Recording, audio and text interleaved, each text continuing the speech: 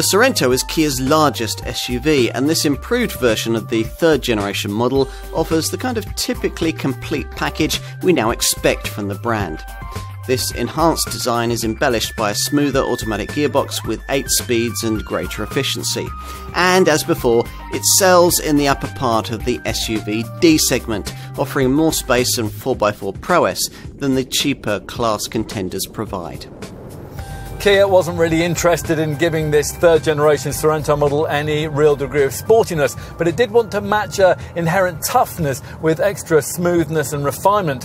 Hence the installation in the revised version of this car of a freshly developed 8-speed automatic gearbox, which is standard at the top of the range and which is optional on most lower order models. Now this offers up to 5 different shift and throttle programs, accessed through a drive mode select setup that can sharpen up the steering and the gear shift timings for a sportier feel.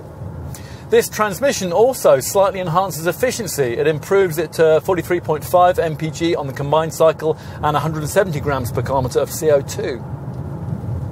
Power still comes from a 197 bhp 2.2 litre CRDI diesel engine that delivers the kind of pulling power necessary to properly endorse this model's tow car credentials.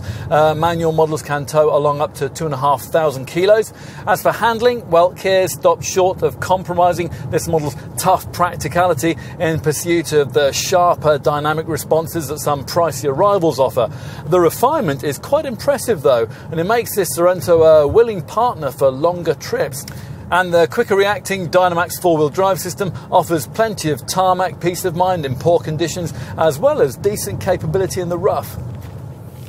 There have been no across-the-board visual changes with this revised model, but the range has gained a couple of top, more dynamic-looking GT line variants. We have the flagship GT Line S version here.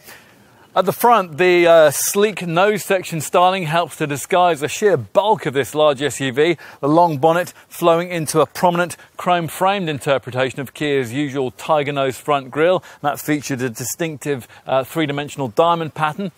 Shall we take a seat at the wheel? Well, that's what designers from the European premium brands have been doing over the last few years, keen to see just how much Kia is now capable of in this, its flagship SUV model.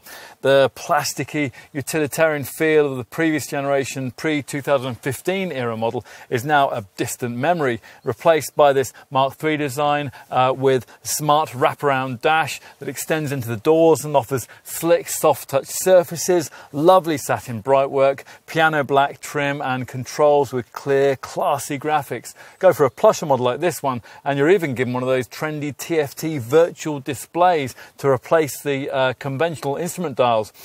Take a seat in the second row and there's also a great feeling of space, partly because of the extra legroom that's been built into this third generation design, but mainly because the designers have managed to all but eliminate the previous model's chunky transmission tunnel. Now it's a pity that you can only access the third row from the curb side of the car, and access to this third row would be better if this seat tumbled forward rather than merely sliding back and forth.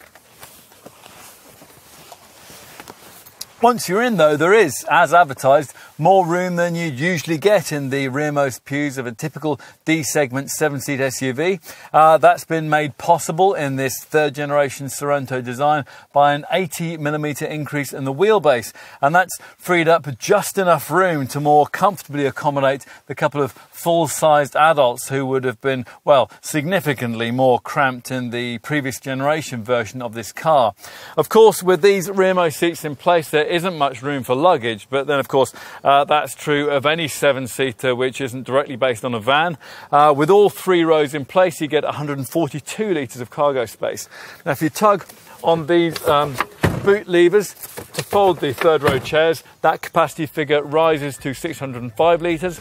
In short then, for all kinds of reasons, this is now a contender that you'd like, rather than merely one that it would be very handy to have.